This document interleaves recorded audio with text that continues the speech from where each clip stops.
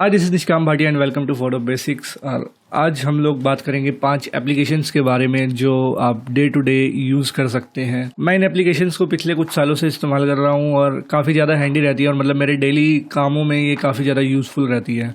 सो मैं आपको directly applications की तरफ लेके चलता हूँ और दिखाता हूँ कि वो कौन सी 5 एप्लीकेशंस हैं। सबसे पहली जो एप्लीकेशन है वो है डार्क टेबल। अब मैं एक्चुअल में लाइट रूम यूज़ करता हूँ ज़्यादा, बट अगर आपको लाइट रूम पेड नहीं लेना है, लाइट रूम परचेज नहीं करना है, तो ये जो डार्क टेबल है ये एकदम लाइट रूम जैसा ही है, हूबहू लाइट रूम जैसा है। इसमें आपको लाइट रूम जैसे ही फीचर्स दिख जाएंगे। इसमें आप रो इमेजेस की एडिट कर सकते हैं।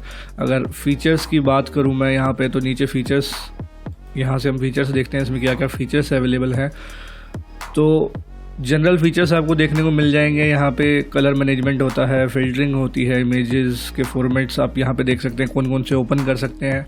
उसके बाद में लैंग्वेजेस इसमें आप देखने को मिल जाएगी। आपको एक्सपोर्टिंग जो सिस्टम है वो आपको देखने को मिल जाएगा, अभी कहाँ कहाँ पे आप एक्सपोर्ट कर सकते हैं अपनी फ़ाइल को।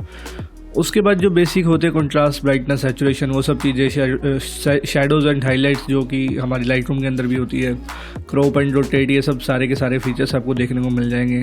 देन अगेन जोन कर्व आ गया, टोनल कर्व आ गया, फिल लाइट लेवल्स, ये सब चीज़ें। कलर के लिए आ गया आपके पास में ऑप्शंस, करेक्शन के लिए कलर बैलेंस। तो कुल मिला के एक लाइट रूम है, ये ओपन सोर्स, बिल्कुल फ्री ऑफ कॉस्ट दूसरा। और अगर आप को लगता है कि लाइट रूम आप नहीं परचेज़ कर सकते, लाइट रूम आपको महंगा पड़ता है या लाइट रूम आपको नहीं मिल रहा है, तो फिर इस सॉफ्टवेयर के लिए जा सकते हैं, डार्क टेबल। मैंने इसका इस्तेमाल करके देखा हुआ है, बट मैं रेगुलर यूज़ नहीं करता हूँ क्योंकि मुझे शुरू से ही लाइट रूम की आदत पड़ी हुई है। This is a good software. अगर आप एडिटिंग सीख रहे हैं तो आप इससे शुरुआत कर सकते हैं। उसके बाद अगली ऐप पर चलते हैं and this is Canva. Canva मेरी सबसे फेवरेट ऐप है क्योंकि मैं सारा का सारा काम कैनवा के ऊपर करता हूँ। मतलब मैं अगर अब दिन में 5 से 6 घंटे काम कर रहा हूँ तो मैं कैनवा पे कम से कम 3 घंटे बिताऊँगा, क्योंकि इसी कैनवा ऐप के ऊपर मैं अपनी ई बुक्स डिज़ाइन करता हूँ। By the way, link in the description अगर आपको कोई ई बुक मेरी परचेज़ करनी है तो। कुछ फ्री भी अवेलेबल है, सारी की सारी, पैसे नहीं ले रहा सबके मैं, कुछ फ्री भी अवेलेबल है, आप देख सकते हैं उसमें जाके। सो कैनवा पे मैं अपनी ई बुक डिज़ाइन करता हूँ, देखिए जैसे मैंने अभी कर रखी है। उसके बाद मैं सोशल मीडिया पोस्ट डिज़ाइन करता हूँ, यूट्यूब के थंबनेल्स मैं कैनवा पे डिज़ाइन करता हूँ, इंस्टाग्राम पे जितने भी कैरोसोल्स देखते हैं आप वो सारे के सारे मैं कैनवा पे डिज़ाइन करता हूँ। तो बेसिकली एक ऑनलाइन डिज़ाइनिंग सॉफ्टवेयर है। अगर आपको डिज़ाइनिंग की बिल्कुल भी नॉलेज नहीं है तो ये सॉफ्टवेयर आपके लिए एकदम बेस्ट रहेगा, क्योंकि इसमें प्री डिसाइड टेम्पलेट्स है। जैसे मैं आपको मान लो दिखाऊँ, यहाँ पर मैं लिखता हूँ लोगो, तो लोगो सर्च करने के पास मेरे पास कुछ यहाँ पे लोगोस के ऑप्शन आ गए। अब आप इसमें से कुछ भी चूज़ कर सकते हैं, और या फिर आप एक स्पेसिफिकली यहाँ पे लिख सकते हैं फोटोग्राफी लोगो। फोटोग्राफी लोगो लिखते ही आपके सामने फोटोग्राफी से रिलेटेड लोगोज आ जाएंगे। आपको चूज़ करना है, उस लोगो को एडिट करना है जैसे आप नॉर्मल करते हैं। ड्रैग एंड ड्रॉप वाला सिस्टम है सारा का सारा। कुछ भी इसमें फोटोशॉप वाले टूल्स नहीं है या फिर इलस्ट्रेटर वाले टूल्स नहीं है कि आपको पता होने चाहिए एडिटिंग करने के लिए। तो इस तरह से आप बहुत सारी चीज़ें चेंज कर सकते हैं। यहाँ पे एलिमेंट्स है, यहाँ पे एलिमेंट्स में आपको बहुत सारी चीज़ें मिल जाएंगी। एक्सप्लोर करके देखिए, काफ़ी ज़्यादा यूज़फुल ऐप है। Resume, logos, social media post, उसके बाद में कोई आपको होमवर्क डिज़ाइन करना है अपना, या फिर कोई प्रेजेंटेशन रिकॉर्ड करके भेजनी है किसी को, या फिर प्रेजेंटेशन बनानी है, this is the best app. इसको बंद कर देता हूँ। अगली ऐप पर चलते हैं,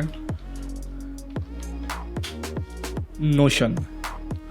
आपने कई बार कोशिश की होगी कि अपने डे टू डे वर्क को शेड्यूल करने की। हो सकता है अपने कैलेंडर का इस्तेमाल करते हो, या फिर हो सकता है आप किसी और सॉफ्टवेयर का इस्तेमाल करते हो, but trust me, this is, यहाँ पे लिखा हुआ है all in one work space.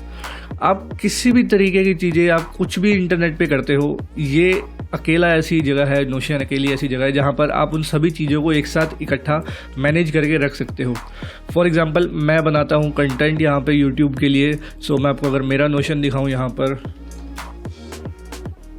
मैं नोशन को किस तरह से इस्तेमाल करता हूँ। मैं कोई नोशन में प्रो नहीं हूँ, मैंने इसको अभी पिछले कुछ 6 महीनों से इस्तेमाल करना चालू किया है। और मैं जो इसका डेली टू डेली यूज़ करता हूँ वो ज़्यादा से ज़्यादा टू डू लिस्ट बनाने के अंदर, या फिर जो मेरा कंटेंट प्लानिंग का काम रहता है, जब भी क्या कंटेंट मैं डालूँ यूट्यूब पे या ब्लॉग पे, IG कैरोसेल, IG रील्स, तो कुछ इस तरह से मैं अपनी कंटेंट प्लानिंग करता हूँ। ब्लॉग्स वगैरह अगर मुझे कुछ लिखने हैं तो मैं उसकी प्लानिंग यहाँ पर कर देता हूँ। तो मतलब आपको यहाँ पर टेम्पलेट्स मिल जाएंगी। अगर मैं वापस से उस साइट पर जाऊँ तो ये इसका होम पेज है, यहाँ पे आप ये सब चीज़ें कर सकते हैं। अपनी टीम मैनेज कर सकते हैं, प्रोजेक्ट्स यहाँ पे इस तरह से कर सकते हैं। कुल मिला के एक वर्क स्टेशन है यहाँ पे। अगर आपकी एक टीम है 3-4 लोगों की, या फिर इवन अगर आप अकेले ही काम करते हैं और पूरे दिन में आपको पता नहीं रहता है कि यार क्या क्या काम करना है क्या नहीं करना है, तो आप डे स्टार्टिंग के अंदर सारे के सारे काम को शेड्यूल कर सकते हैं इसके अंदर, और बार बार जाके देख सकते हैं कि आपके कौन से काम रह गए या कौन से नहीं रह गए। अब जैसे मैं आपको दिखाऊं यहाँ पे पर्सनल यूज़ के लिए, तो ये पर्सनल यूज़ में आप क्या क्या कर सकते हैं। नोट्स बना सकते हैं, ऑर्गेनाइजेशन कर सकते हैं, अपने डेली कैलेंडर्स आपको लिख सकते हैं, गोल्स लिख सकते हैं, मतलब बहुत कुछ कर सकते हैं यहाँ पे। एक आपके पास में प्लेटफॉर्म है सब कुछ करने का। जैसे रेसिपीज़ इसमें लिखी हुई हैं, किसी ने कुछ और लिखा हुआ, आइडियाज़ लिखे हुए, ब्रेनस्टॉर्मिंग कर रखी है। तो मान लो आपके दिमाग में कोई नया फोटोग्राफी प्रोजेक्ट है और आपको उसको कैप्चर करना है, बट आपको पता नहीं है कि शुरुआत कहाँ से की जाए, तो आप प्री प्रोडक्शन प्लानिंग करते हैं, ब्रेनस्टॉर्मिंग करते हैं सबसे पहले। तो आप सोचते हैं अभी क्या क्या कैप्चर कर सकते हैं, क्या आइडियाज़ है आपके पास में, किस तरह का कलर पैलेट रहेगा। तो उन सबको एक जगह पे ऑर्गेनाइज करने के लिए ये ऐप एकदम परफेक्ट है। आप इस ऐप का इस्तेमाल करके वो सारी की सारी चीज़ें, एक मूड बोर्ड बना लीजिए, उसका इस्तेमाल करके आप इस मूड बोर्ड के अंदर उन सभी चीज़ों को रख लीजिए जो आपके नेक्स्ट शूट के अंदर इस्तेमाल होने वाली है। इस ऐप को ज़रूर ट्राई करके देखना। उसके बाद में तीसरी ऐप हमारी है स्नैपड्रॉप। जैसे एप्पल में एयर ड्रॉप होता है, ये एंड्रॉयड के लिए एयर ड्रॉप की तरह काम करता है।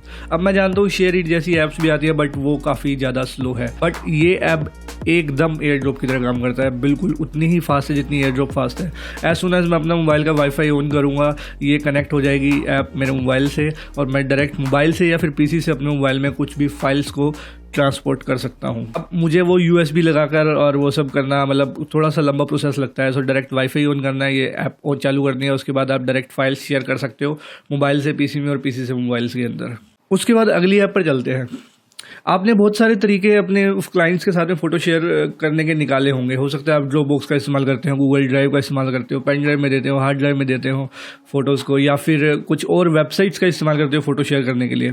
बट मैं आपको एक ऐसा इंटरेक्टिव तरीका दिखाऊंगा आज एक ऐप के थ्रू, जिससे आप अपनी फ़ोटोज़ को कन्वर्ट कर सकते हैं एक फ्लिप बुक के अंदर। जैसे जिस तरह से ये डायरी है मेरे पास में यहाँ पे, तो मैं इसको इस तरह से फिजिकली देख सकता हूँ पलट के, ठीक उसी तरह से डिजिटली भी आप फ्लिप बुक्स कन्वर्ट कर सकते हो। अब ज़्यादातर क्या होता है, आप जब फोटो शेयर करते हो तो आपका क्लाइंट जो है उसको स्क्रॉल करके देखता है, बट उसी एक्सपीरियंस को अगर इंटरेक्टिव बना दिया जाए और उसको एक तरह से फ्लिप बुक के अंदर कन्वर्ट कर दिया जाए। मैं आपको वो ऐप का नाम बताता हूँ, हेज़ाइन उस ऐप का नाम है, मेरा कैप्स पता नहीं क्यों है, हेज़ाइन फ्लिप बुक्स करके उस ऐप का नाम है, और कुछ इस तरह से वो ऐप दिखती है। आपको सिंपल अपना कोई भी डिज़ाइन जो है PDF फॉर्मेट के अंदर डालना है, PDF बनानी है उस डिज़ाइन की। मान लो आपने फ़ोटोशॉप में किया है या फिर कैनवा में किया है, उसको PDF में एक्सपोर्ट करना है। उसके बाद में ये वेब एप्लीकेशन ओपन करनी है हेज़ाइन की। तो कुछ इस तरह से ये वेब एप्लीकेशन दिखती है। यहाँ पर आपको क्या करना है, सिर्फ और सिर्फ सबसे पहले एक्सेप्ट कुकीज़ कर लेते हैं। यहाँ पे आपको अपनी एक PDF को अपलोड करना है। उसके बाद में ये आपके पास में 4 ऑप्शंस आएंगे, PDF to magazine, catalogue, sliders, brochure.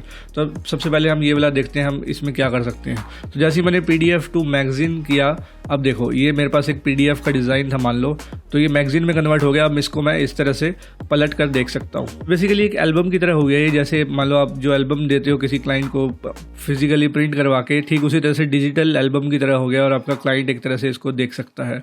मैं मोस्टली कुछ भी शेयर करना होता है डिज़ाइन या प्रेजेंटेशन, तो मैं कोशिश करता हूँ कि उसको इसी तरह से शेयर करूँ, क्योंकि ज़्यादातर लोगों को बुक्स पढ़ना पसंद है और बुक्स की फॉर्म में पढ़ना पसंद है, तो इससे ज़्यादा इजीली वो लोग पढ़ सकते हैं चीज़ों को। दैट वाज ऑल अबाउट ये वीडियो, और आई होप कि आपको ये पसंद आई होगी वीडियो। 5 एप्लीकेशंस जो मैंने बताई, एक बार फिर से रिकैप देख लेते हैं। कैनवा जो कि डिज़ाइनिंग के लिए है, डार्क टेबल लाइटरूम की तरह है। उसके बाद नोशन एक तरह से वर्क स्पेस है आपका सब कुछ मैनेज करने के लिए। देन उसके बाद आती है हेज़ाइन फ्लिप बुक्स, और उसके बाद है स्नैपड्रॉप जो कि सारी की सारी फाइल्स शेयर करने के लिए आपके डेस्कटॉप से मोबाइल के अंदर, एंड्रॉयड के लिए एंड्रॉयड से आपके डेस्कटॉप के अंदर। इस वीडियो के लिए इतना ही। मिलता हूँ मैं आपसे अगली वीडियो में। मेरा नाम है निष्काम भाटिया। तब तक के लिए नमस्कार।